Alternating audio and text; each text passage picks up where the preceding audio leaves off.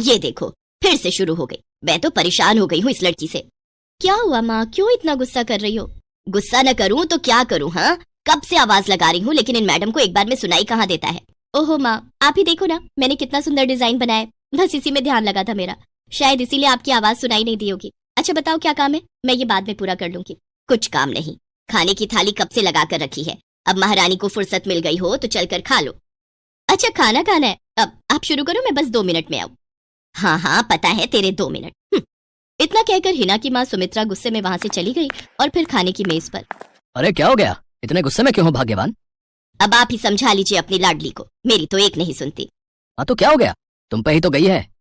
आपको मजाक सूझ रहा है? यहाँ मेरा दिमाग खराब हो रहा है, सारा दिन बस मेहंदी के डिजाइन बनाती रहती है और कोई काम ही नहीं है इसे। इसका मतलब वो सच में तुम पर ही गई है। तुम्हें भी तो मेहंदी लगाने का बड़ा शौक था ना इस उम्र में। हाँ, पर मैं घर का सारा कामकाज निपटाने के बाद ये सब करती थी। अरे ये तो खाना पीना भी छोड़कर बैठी है। सुमित्रा अपने पति सुरेश से हिना की शिकायतें कर ही रही थी कि तभी हिना वहां गई। क्या बनाया माँ? खुशबू तो बड़ी अच्छी आ रही है। मिल गई तुझे फुर्सत। हाँ माँ, देखो ना मेरा आज का डिजाइन, पापा देखिए ना कैसा है। सच में डिजाइन तो वाकई बढ़िया बनाया है लाडो। ये लाडो बोल बोल कर आपने ही इसका दिमाग खराब करके रखा है। मेरी जान को कितना काम है पता है, ती जा रही है, मगर ये लड़की मेरी बिल्कुल मदद नहीं करती। ओहो, आज सिर्फ खरी खोटी ही सुनाओगी या कुछ खाना भी मिलेगा भाग्यवान? सुरेश की बात सुनकर सुमित्रा की हंसी निकल गई और उसे हंसता देख सभी लोग हंसने लगे। हिना अपने माता पिता की अकेली संतान थी। हिना को बचपन से ही मेहंदी के नए नए डिजाइन बनाने का बड़ा शौक था। वो कागज पर रोज कुछ न कुछ नया बनाने की कोशिश करती और फिर उसे अपने या अपनी माँ के हाथों पर लगाती। हिना के कॉलेज की पढ़ाई भी अब पूरी हो गई थी तो अब उसके लिए रिश्ते आने भी शुरू हो गए थे। अरे सुमित्रा कहाँ हो, जल्दी आओ। क्या हुआ जी? जरा इस फोटो को तो देखो, कैसा है लड़का? दिखने में तो बहुत ही बढ़िया है। हाँ वो कानपुर वाले फूफा जी है ना, उन्होंने बताया है इस लड़के के बारे में। अपनी हिना के लिए कैसा रहेगा? लड़का काम क्या करता है और परिवार में कौन कौन है? फूफा जी बता रहे थे कि कानपुर में इनका अपना कारखाना है, वहाँ ये अपना दोने पत्तल और डिस्पोजल वगैरह बनाते हैं। ये अच्छा पैसा कमा लेता है, फूफा जी की रिश्तेदारी में है। हाँ, पर उससे पहले ये फोटो एक बार हिना को तो दिखा दो, उसे लड़का पसंद आ जाए तभी बात आगे बढ़ानी चाहिए ना। अरे हाँ, ये भी सही कह रही हो। लाडो, ओ लाडो, अरे कहाँ है बिटिया? सुरेश ने फौरन जाकर कमल की फोटो हिना को दिखाई तो हिना को भी कमल पसंद आ गया। उधर कमल को भी हिना पहली ही नजर में भाग गई और इस तरह से कुछ ही दिनों में कमल और हिना की शादी खूब धूमधाम से हो गई। शादी के बाद कमल और हिना अपनी गृहस्थी में बहुत खुश थे। फिर एक शाम। ये क्या लिख रही हो हिना? लिख नहीं रही हूँ, मेहंदी का डिजाइन बना रही हूँ। अच्छा, पर कागज पर क्यों? प्रैक्टिस तो रोज ही करनी होती है ना, तो इसीलिए कागज पर डिजाइन बनाती हूँ। अच्छा, अब जरा दिखाओ तो सही। अरे वाह, ये डिजाइन क्या सच में तुमने बनाया है? हाँ अच्छा है ना, अब मैंने और भी बनाकर रखे हैं, रुकिए मैं भी लेकर आती हूँ। हिना ने अपने बनाए सारे डिजाइन कमल को दिखाए जो कमल को बहुत पसंद आए और उसने हिना की खूब तारीफ की। सब कुछ अच्छा चल रहा था और ऐसे ही हंसी खुशी दिन बीत रहे थे। लेकिन फिर एक सुबह। हेलो, क्या हुआ राठी जी, इतनी सुबह सुबह फोन क्यों किया? सर आप जल्दी से आ जाइए, गजब हो गया, अपनी फैक्ट्री में आग लग गई है सर, सब कुछ जल गया सर, कुछ भी नहीं बचा सर, जल्दी आ जाइए आप। फोन पर अपने मैनेजर की बात सुनकर कमल के पैरों तले जमीन खिसक गई। फैक्ट्री पहुंचा तो देखा वाकई फैक्ट्री पूरी तरह से जल रही थी। तभी एक जलती हुई बड़ी सी लकड़ी कमल पर आ गिरी जिसकी वजह से वो बुरी तरह झुलस गया। उसे फौरन अस्पताल पहुंचाया गया और यहाँ से सब कुछ बदल गया। फैक्ट्री के काम को बढ़ाने के लिए कमल ने हाल ही में कई सारी नई मशीनें लोन पर खरीदी थी। मशीनें तो नहीं बची, लेकिन लोन चुकाने के चक्कर में पहले कमल की गाड़ी बिकी और फिर घर। मजबूर होकर कमल और हिना किराए के मकान में रहने लगे थे। फिलहाल कमल की हालत ऐसी नहीं थी कि वो कोई और काम कर सके। ऐसे में हिना ने घर चलाने का जिम्मा उठाया और वो घर घर जाकर औरतों के हाथों पर मेहंदी लगाने लगी। हालांकि इस काम से उसे बहुत कम पैसे ही मिल पा रहे थे, लेकिन हिना फिर भी पूरी मेहनत कर रही थी। क्या से क्या हो गया ना हिना, मैं किसी काम का नहीं रहा, हम बर्बाद हो गए। मैंने कहा था तुम्हें रानी बनाकर रखूंगा, मगर मेरे रहते हुए भी तुम्हें कितना संघर्ष करना पड़ रहा है। ऐसा क्यों कह रहे हैं आप बिल्कुल चिंता मत कीजिए, देखना धीरे धीरे सब ठीक हो जाएगा। हिना चाहती थी कि वो अपना एक पार्लर खोले, लेकिन फिलहाल ये मुमकिन नहीं था। मेहंदी लगाने का काम भी सीजन पर ही मिल पाता था, तो अब दिक्कत खाने पीने की भी होने लगी। ऐसे में हिना ने एक सेठ के घर मेड का काम करना शुरू कर दिया और फिर एक दिन।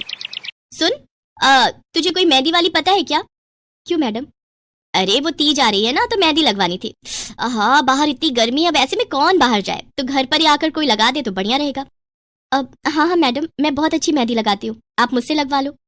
ना ना ना, अगर खराब कर दी तो? तीज की पार्टी है मेरे यहाँ, मेहंदी तो बढ़िया ही लगवानी है मुझे। मैडम आप बिल्कुल चिंता मत कीजिए, और रुकिए मैं अभी आपको कागज पर मेहंदी का डिजाइन बनाकर दिखाती हूँ, फिर आगे आप ही तय करना। इतना कहकर हिना ने फौरन एक कागज लिया और कुछ ही देर में उस पर एक बहुत ही सुंदर मेहंदी का डिजाइन बना दिया। और फिर अरे वाह, ये तो सच में बहुत सुंदर है, बिल्कुल नया और बहुत ही खूबसूरत डिजाइन है। अब तो ये डिजाइन मेरे हाथ पर भी सेम टू सेम लगा देगी ना? हाँ मैडम, आप मुझ पर विश्वास कीजिए, मैं बचपन से ये करती आई हूँ। उस दिन हिना ने पूरे मन से अपनी मालकिन के दोनों हाथों पर मेहंदी लगाई। हिना ने जो डिजाइन बनाया था वो एकदम नया था और सुंदर भी। फिर अगले दिन, नमस्ते साहब, वो आपको कुछ। हाँ हाँ, मैं तुम्हारा ही इंतजार कर रहा था। ये कल शिवानी के हाथों पर तुम ही ने मेहंदी लगाई थी ना? जी साहब, मैंने ही लगाई थी। अब कोई गलती हो गई क्या मुझसे? नहीं नहीं, ऐसी कोई बात नहीं है। बस ये जानना था तुमसे कि मेहंदी का वो डिजाइन कहाँ से देखकर लगाया तुमने? कहीं से नहीं साहब, वो तो मैंने खुद से सोचा था। मैं कभी कहीं से देखकर डिजाइन नहीं बनाती। अच्छा, अगर ऐसा है तो जरा ये कागज और जरा इस पर एक मोर की थीम पर बेस्ड एक डिजाइन बनाकर दिखाओ। पर याद रहे, डिजाइन बिल्कुल नया होना चाहिए। जी साहब, बस 2 मिनट दीजिए। हिना ने बस कुछ मिनटों के अंदर वो करके दिखा दिया, जिसे देखकर उसका मालिक साहिल मल्होत्रा हैरान रह गया। वाह, सच में कमाल है ये तो। अब तुमने डिजाइनिंग सीखी है क्या कहीं से? नहीं साहब, सीखी तो नहीं, लेकिन मुझे बचपन से ही शौक है मेहंदी लगाने का, तो बस इसीलिए। समझ गया। देखो हिना, तुम्हारा हुनर लाजवाब है और तुम्हें अपने इस हुनर को ऐसे बेकार नहीं जाने देना चाहिए। जी मतलब? तुम्हें पता है ना, मेरी फैक्ट्री में लेडीज कपड़ों के लिए कपड़ा बनता है, लेकिन काफी समय से मैं परेशान हूँ क्योंकि सूट साड़ियों वगैरह के लिए मेरे पास नए डिजाइन की कमी पड़ गई है। लेकिन अब लगता है ये कमी नहीं रहेगी। बोलो, बतौर डिजाइनर मेरे लिए काम करोगी तुम? जी साहब, बिल्कुल करूंगी। ये हिना के लिए सपने के सच होने जैसा था। अब वो काम वाली बाई से एक डिजाइनर बन गई। वो साहिल की फैक्ट्री में बनने वाले कपड़ों के लिए हर रोज नए नए डिजाइन बनाने लगी और इसके बाद साहिल के फैक्ट्री में बनने वाले कपड़े की डिमांड काफी बढ़ गई और इसके चलते हिना को भी उसके काम की बढ़िया सैलरी मिलने लगी। हिना अब अपनी कमाई से न सिर्फ अपना घर खर्च चलाने लगी, बल्कि उसने शहर के बढ़िया डॉक्टर से कमल का इलाज भी कराया, जिससे कमल बहुत जल्दी ठीक हो गया और उसने भी काम करना शुरू कर दिया। पर इस सब में पूरा 1 साल बीत गया और एक बार फिर से तीज का त्योहार आया। देखिए तो कैसी लग रही हूँ मैं? बिल्कुल चांद जैसी लग रही हो।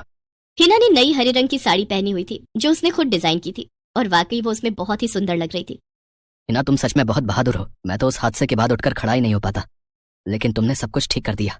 तीज का ये त्योहार ही इसलिए है जी, मैं आपको कभी कुछ नहीं होने दूंगी।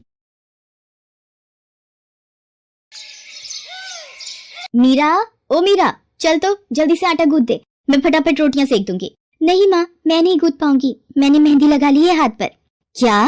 सुबह सुबह तू फिर मेहंदी लगाकर बैठ गई? बड़ी मक्कार है सच में। काम में मदद ना करनी पड़े इसलिए जब देखो मेहंदी लगाकर बैठ जाती है। चल जल्दी से हाथ धोकर आ मेरे पास, मुझे काम पर जाने के लिए देर हो रही है। माँ बस आज कर लो ना, देखो ना मैंने कितनी मेहनत से कितना सुंदर डिजाइन बनाया है। लेकिन जैसे ही उसकी नजर मीरा के हाथों पर पड़ती है, उसका गुस्सा पल भर में गायब हो जाता है। वो मीरा से कहती है, अरे वाह मीरा, तूने तो बड़ी सुंदर मेहंदी लगाई है। हाँ माँ, वो शांति दीदी ने मुझे एक किताब दी थी कल, उसमें बड़े सुंदर सुंदर डिजाइन बने हैं, बस उसी में से देखकर लगाई है मैंने। सुंदर है ना? हाँ बहुत सुंदर है। अरे लेकिन मुझे तो, ओफो, फिर लगा लिया ना तूने बातों में, पहले से ही देर हो रही है, ऊपर से तू भी मेहंदी लगाकर महारानी जैसे बैठ गई है। माँ तुम इतना परेशान क्यों होती हो? 1-2 घंटे में जब मेरी मेहंदी सूख जाएगी तो मैं घर के सारे काम कर दूंगी। मीरा की बात मानकर कावेरी काम पर चली जाती है। वो एक बड़ी सोसाइटी के घरों में काम करती थी और इसी काम से कावेरी और मीरा का गुजारा चलता था। कावेरी के पति की कई साल पहले एक सड़क हादसे में मौत हो गई थी। तब से कावेरी पर ही सारी जिम्मेदारी थी। मीरा भी घर के कामों में उसका पूरा हाथ बटाती थी। मीरा को मेहंदी लगाना बहुत पसंद था। उसने अपने घर के पीछे मेहंदी के कई सारे पौधे लगा रखे थे, जिनका वो बहुत ख्याल रखती थी। वो अपने हाथों से मेहंदी के पत्तों को पीसकर अपने हाथों में लगाने के लिए तैयार करती थी। फिर एक दिन, मीरा हमें इस जगह पर थोड़ी मोड़ी खेती कर लेनी चाहिए। ये मेहंदी के पौधों से कुछ कमाई थोड़ी ही हो रही है, खेती कर लेंगे तो कुछ पैसे ही बन जाएंगे। नहीं माँ, मेरे मेहंदी के पौधों को हाथ भी मत लगाना, बाजार से मेहंदी खरीदने के तो पैसे हैं नहीं हमारे पास, अब इन्हें तो रहने दो। ये कहते हुए मीरा की आंखों में आंसू थे। कावेरी उसके सिर पर हाथ रखते हुए कहती है, मीरा मैं जानती हूँ तुझे मेहंदी लगाना बहुत अच्छा लगता है, लेकिन बेटा अपनी हालत तो तुझे पता ही है ना, मैं कितनी मुश्किल से। माँ सब समझती हूँ मैं, जाओ कर लो जो करना है। इतना कहकर मीरा रोते हुए वहाँ से चली जाती है। कावेरी को उसके लिए बुरा लग रहा था। वो मीरा की मेहंदी के पौधों को कुछ नहीं करती। ऐसे ही कई दिन गुजर जाते हैं। ज्यादा काम करने की वजह से कावेरी की तबीयत खराब रहने लगी। वो बहुत जल्दी जल्दी बीमार पड़ने लगी। तो मीरा ने उससे कहा, माँ तुम रहने दो, तुम्हें बुखार है, रात भर सोई नहीं हो, मैं चली जाती हूँ काम पर। नहीं मीरा तू कैसे? ना नहीं मैं ठीक हूँ, मैं जाती हूँ। कावेरी जैसे ही उठकर चलने की कोशिश करती है, अचानक उसे चक्कर आ जाता है। मीरा उसे सहारा देकर बिस्तर पर लिटा देती है और उससे कहती है, बस माँ, अब तुम आराम करोगी और काम पर अब से मैं जाऊंगी। कावेरी घर पर रहकर आराम तो कर रही थी, लेकिन वास्तव में उसे अच्छे इलाज की भी जरूरत थी, जिसके लिए पैसे थे नहीं। दूसरी तरफ अब हर रोज मीरा काम पर जाती और लौटकर घर के भी सारे काम उसे ही करने पड़ते थे। इस सब में उसे मेहंदी लगाने का बिल्कुल भी वक्त नहीं मिल पाता था। मीरा, कितने दिन हो गए तूने मेहंदी नहीं लगाई? हाँ माँ, बस मन नहीं कर रहा। अच्छा, मेहंदी लगाने का तेरा मन नहीं? मैं सब जानती हूँ। मैंने बिस्तर पकड़ लिया है और मेरी फूल सी बच्ची पर सारे काम पड़ गए हैं। अब बस बहुत हो गया आराम। मीरा, जा तू जाकर मेहंदी लगा ले, आज मैं जाऊंगी काम पर। नहीं माँ, तुम कहीं नहीं जाओगी, मैं कर लूंगी सब। और मैं सच बोल रही हूँ, मैं बड़ी हो गई हूँ, ये मेहंदी वेहंदी का मुझे शौक नहीं। इतना कहकर मीरा काम पर जाने के लिए घर से निकल जाती है। कावेरी की आंखों में आंसू आ जाते हैं। मीरा सोसाइटी के कई घरों में काम करती थी। उन्हीं में से एक घर आरती का भी था। उसके घर पर तीज का त्योहार बड़े धूमधाम से मनाया जाता था। तीज की तैयारियों में मीरा भी मदद कर रही थी। इसी बीच, अरे ऐसे कैसे? मैंने सारे रिश्तेदारों को बुला लिया है, मेरी सारी फ्रेंड्स भी आने वाली हैं। मैं क्या कहूँगी उन्हें? फोन पर काफी देर बहस करने के बाद आरती फोन रख देती है। उन्हें उदास देखकर मीरा उससे पूछती है, क्या हुआ मैडम जी, आप कुछ परेशान लग रहे हो? हाँ मीरा, बड़ी मुसीबत हो गई। कल तीज का फंक्शन है, मैंने सबको मेहंदी लगवाने के लिए यहीं बुला लिया है और आखिरी मौके पर ये पार्लर वाली धोखा दे गई। कह रही है कल नहीं आ पाएगी। अब क्या होगा? इतनी जल्दी कौन तैयार होगा सबको मेहंदी लगाने के लिए? मैडम जी, वैसे मैं भी ठीक ठाक मेहंदी लगा लेती हूँ। अरे हाँ, कावेरी ने मुझे बताया तो था एक बार कि तुझे मेहंदी लगाने का बहुत शौक है। वैसे मुझे तो कोई परेशानी नहीं है। तू देख ले बेटा, बहुत सारे हाथ लगाने होंगे और मेहंदी बढ़िया लगनी चाहिए सबके। आप बिल्कुल चिंता मत करिए मैडम जी, मैं सब अच्छे से करूंगी। बहुत दिनों बाद मीरा के चेहरे पर खुशी थी। उसने घर पहुंचते ही मेहंदी के खूब सारे पत्ते तोड़कर पत्थर पर पीसना शुरू कर दिया। ये देखकर कावेरी ने मीरा से कहा, अरे मीरा, शाम हो गई है, अब मेहंदी मत लगा, मौसम भी ठंडा है बेटा। ये मेहंदी मैं अपने लिए नहीं पीस रही माँ, वो 5वें फ्लोर वाली मैडम जी है ना, कल उनके यहाँ लगानी है। अच्छा बेटा, पर ध्यान से बेटा, वो बड़े लोग हैं, कोई गलती ना हो जाए। माँ, तुम बिल्कुल चिंता मत करो, मेहंदी लगाने में मुझसे कभी कोई गलती हो ही नहीं सकती। मीरा खूब सारी मेहंदी तैयार करके अगले दिन आरती के घर पहुँच जाती है। वो अपनी मेहंदी को कोन में भरने लगती है कि तभी आरती की एक फ्रेंड आरती से, आरती, ये किसे बुला लिया तुमने? मैंने जिस पार्लर का नंबर दिया था तुम्हें, उससे बात नहीं हुई क्या? हुई तो थी, लेकिन उसने आखिरी वक्त पर मना कर दिया। तुम बिल्कुल चिंता मत करो, ये मीरा है, मेरी हाउसमेड है ना कावेरी, ये उसी की बेटी है। बहुत अच्छी मेहंदी लगाती है ये। ओफो आरती, तुम भी ना, पार्लर की बात अलग होती है। उन लोगों का मटेरियल ब्रांडेड होता है, मेहंदी के रचने की गारंटी मिलती है वहाँ से। और इसकी मेहंदी तो मुझे कुछ समझ नहीं आ रही, इस पर तो कोई लेबल तक नहीं है। अगर कुछ गलत रिएक्शन हो गया हाथों पर तो?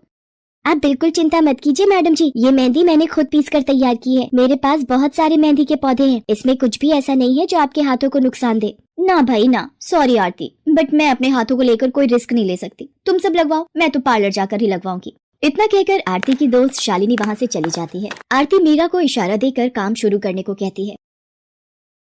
अरे वाह, मानना पड़ेगा, इस बच्ची ने कमाल की मेहंदी लगाई है। मुझे तो नहीं लगता कि इस मेहंदी का वैसा रंग आएगा जैसा पार्लर वाली मेहंदी का आता है। अब बस भी करो शालिनी, मेहंदी कैसी रचेगी ये कल तक पता चली जाएगा ना। बच्ची है वो, उसे इस तरह डराओ तो मत।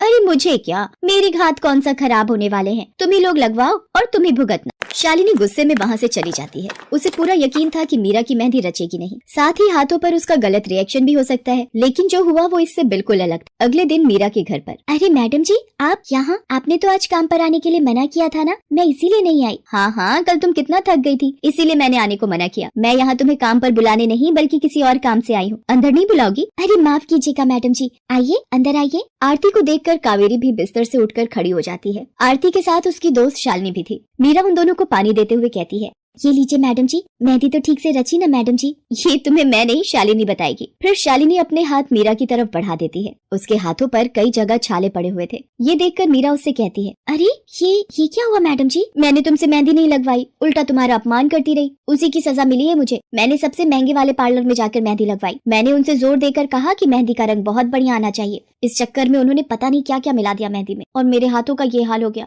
और दूसरी तरफ तुम्हारी मेहंदी, जिसने भी लगवाई उसके हाथों की रंगत ही अलग है। देखो आरती के हाथ देखो जरा। आरती ने अपने हाथ आगे बढ़ा दिए, जिन पर मीरा के हाथों से लगी मेहंदी का बहुत ही अच्छा रंग चढ़ा था। फिर आरती कावेरी के पास जाकर उससे बोली, बस कावेरी, ये झाड़ू पोछा और बर्तन बहुत करवा लिए तुमने मीरा से, ये अब वो करेगी जो इसे करना चाहिए। जी क्या मतलब मैडम जी? ये अब मेहंदी लगाएगी सबके हाथों पर। हमारी एक दोस्त का अपना ब्यूटी पार्लर है, उसे मीरा का काम और उसकी मेहंदी की क्वालिटी बहुत अच्छी लगी। वो मीरा को अपने यहाँ काम देना चाहती है, अच्छे पैसे भी देगी वो मीरा को, और तो और वहाँ रहकर मीरा पार्लर के दूसरे काम भी सीख पाएगी। आरती की बात सुनकर कावेरी की आंखों में आंसू आ जाते हैं। वो हाथ जोड़कर आरती का शुक्रिया अदा करती है। मीरा भी बहुत खुश थी। अब न सिर्फ वो अपना मेहंदी लगाने का शौक पूरा कर सकती थी, बल्कि अच्छे पैसे कमाकर अपनी माँ का इलाज भी करवा सकती थी। एक समय की बात है, केशवपुर नामक गांव में सरला नाम की एक बूढ़ी विधवा औरत अपने बेटा बहू के साथ रहती थी। सरला की बहू जया स्वभाव से बहुत बुरी थी। वो रोजाना सरला से बात बात पर लड़ती रहती थी। सरला का पति किशन शहर में मजदूरी करता था, इसलिए वो कभी कभी ही गांव आ पाता था। किशन शहर से घर खर्चे के लिए पैसे भेजता तो 2 लिफाफे भेजता, एक अपनी माँ के नाम और एक अपनी पत्नी के नाम। पर जया सरला के पैसे भी अपने पास ही रख लेती थी। ऐसे ही एक दिन, ये सरला देवी और जया जी के नाम के मनी ऑर्डर है। लाओ लाओ भैया, जल्दी से मुझे दे दो। ये सरला देवी के हस्ताक्षर करके ही उन्हें मिलेगा। माँ जी आराम कर रही हैं, लाओ मैं अंगूठा लगवा कर लाती हूँ। ए बुढ़िया, जल्दी से इस कागज पर अंगूठा लगा दे। भैया मनी ऑर्डर मुझे दे दो। जया सारे पैसे अपने पास रख लेती है और अपने और बेटे बिट्टू के लिए खाने पीने की चीजें खरीद लाती है। माँ बहुत भूख लगी है। ये देख, मैं तेरे लिए कितने सारे पकवान लाई हूँ, पूरी, छोले, समोसे, कचौड़ी। चल हम दोनों मिलकर खाते हैं, मजा आ जाएगा। जया बहू, बहुत भूख लगी है, सुबह से कुछ भी नहीं खाया है। अगर थोड़ा सा कुछ खाने को मिल जाता तो। पता नहीं इस बुढ़िया को कितनी भूख लगती है, जब देखो हम माँ बेटे के खाने पर नजर लगाती रहती है। ये ले पकड़, आधी कचौड़ी दे रही हूँ, अब रात तक कुछ खाने को नहीं मिलेगा। और तुझे तो मैंने बोला था कि कपड़े धो देना, तेरे से अभी तक कपड़े नहीं धुले।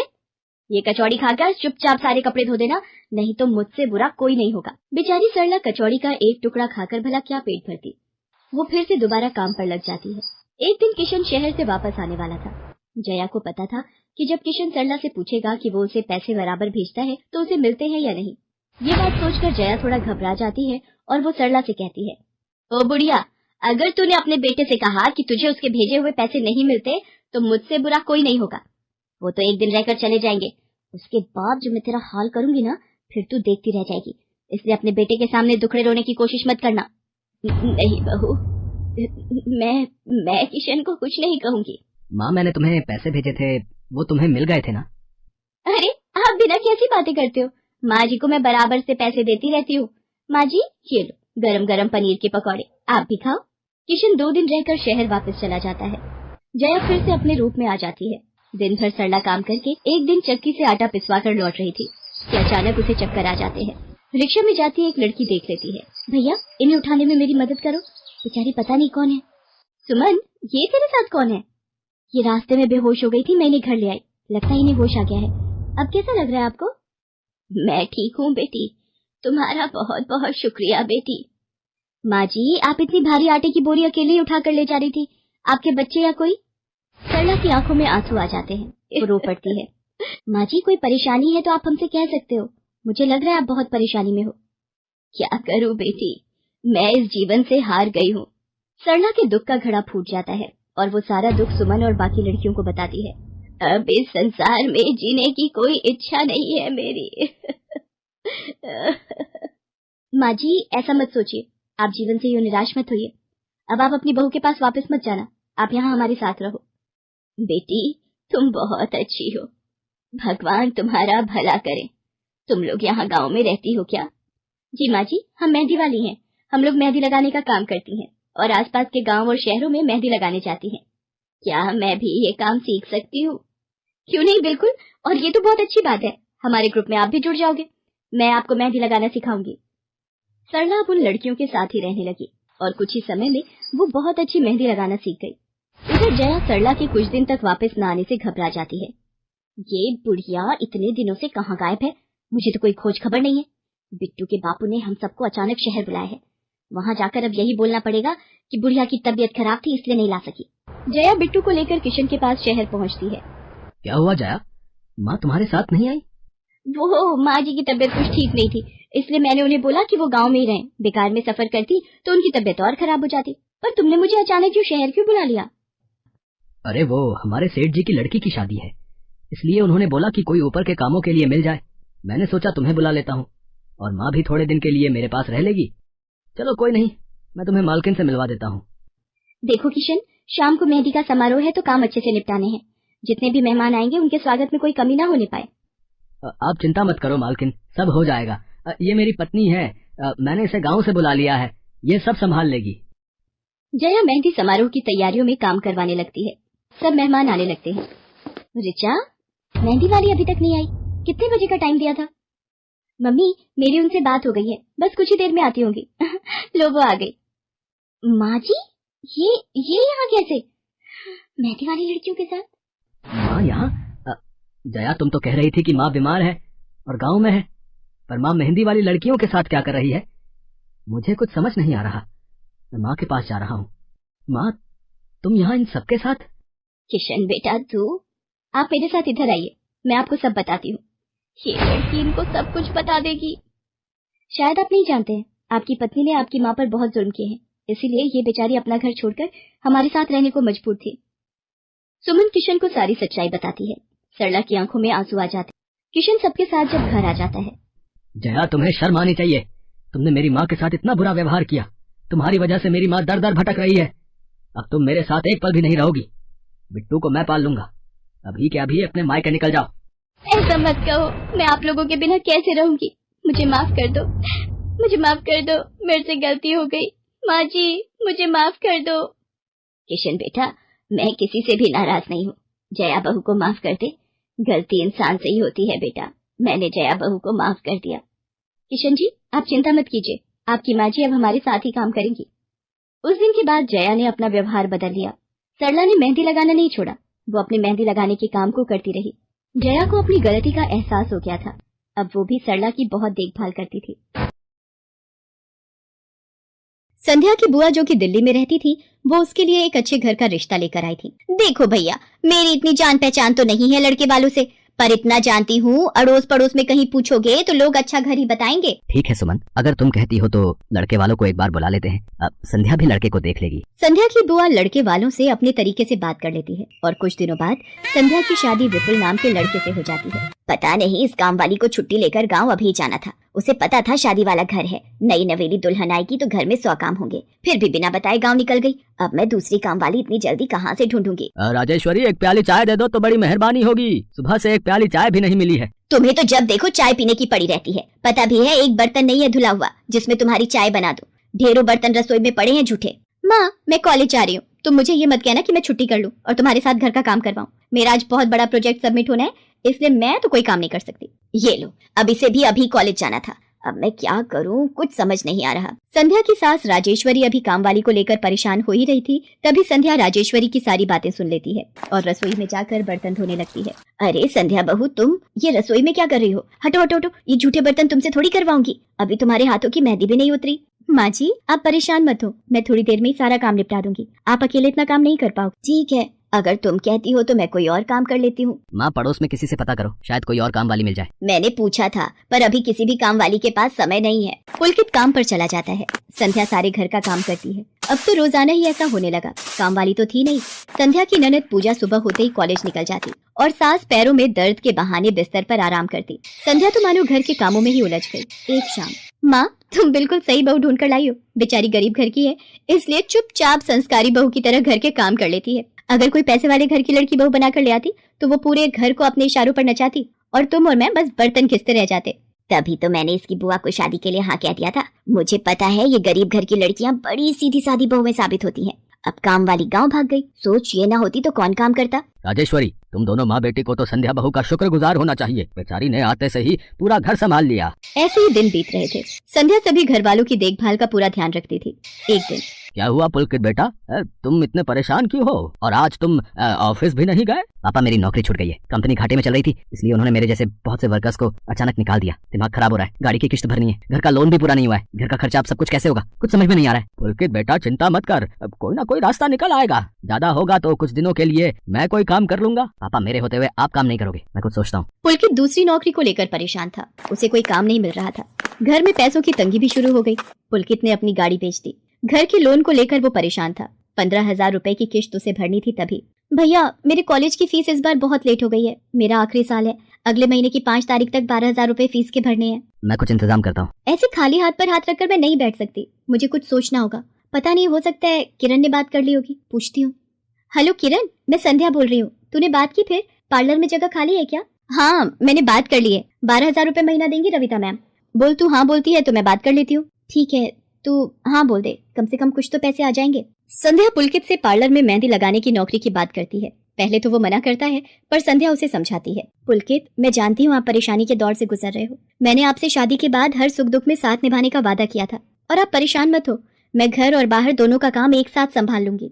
ठीक है संध्या, तुम कल से पार्लर में नौकरी के लिए जा सकती हो। अगले दिन से संध्या सारे घर के काम के साथ साथ पार्लर भी जाती और वहाँ पर पूरा दिन मेहंदी लगाने का काम करती और शाम के वक्त घर आती। संध्या बहुत मेहनत कर रही थी ताकि वो अपने परिवार की मदद कर सके। संध्या बहुत सुंदर मेहंदी लगाती थी। ये बात उसकी सास को तब पता चली जब उसने पार्लर में काम करना शुरू किया। संध्या को पार्लर में काम करते हुए 1 महीना बीत चुका था। पार्लर की मालकिन रविता भी संध्या के मेहंदी लगाने के काम को देखकर बहुत खुश थी। संध्या, तुम सचमुच बहुत मेहनती हो। पिछले 1 महीने में बहुत से क्लाइंट तुम्हारी तारीफ कर रहे हैं और अपनी फैमिली फ्रेंड्स की शादी या सगाई फंक्शन के लिए तुम्हें ही मेहंदी के लिए बुक करना चाहते हैं। और हाँ, ये तुम्हारी सैलरी 12,000 रुपए। बाकी ये तुमने ओवर टाइम भी शादी के सीजन में बहुत किया है, उसके 6,000 रुपए अलग से दे रही हूँ। थैंक यू मैम, आपने मेरे काम की इतनी तारीफ की। मैं तो बस भगवान की कृपा से मेहनत से करती हूँ। संध्या घर आ जाती है और 12,000 रुपए पूजा के हाथ में रखती है। पूजा, ये तुम्हारी कॉलेज की फीस के पैसे, तुम कल ही अपनी फीस जमा कर देना। भाभी, ये तो आपकी मेहनत की कमाई है, आप ये सारे पैसे मुझे दे रहे हो? नहीं नहीं भाभी। पूजा, तुम मुझे अपनी भाभी कहती हो ना, और भाभी तो माँ समान होती है, तो क्या तुम अपनी भाभी माँ के पैसे नहीं लोगी? तुम अपने भैया से भी तो लेती हो ना। फिर मेरे और अपने भैया में फर्क है, मैं भी तो इस घर का हिस्सा हूँ, इसलिए ये पैसे रख लो। मुझे माफ कर दो भाभी, मैंने ना जाने आपके बारे में क्या क्या गलत सोचा। पुलकित को भी दूसरी नौकरी मिल जाती है। अब संध्या और पुलकित दोनों मिलकर काम करते थे। राजेश्वरी और पूजा भी अब संध्या की घर के कामों में बहुत मदद करती थी। परिवार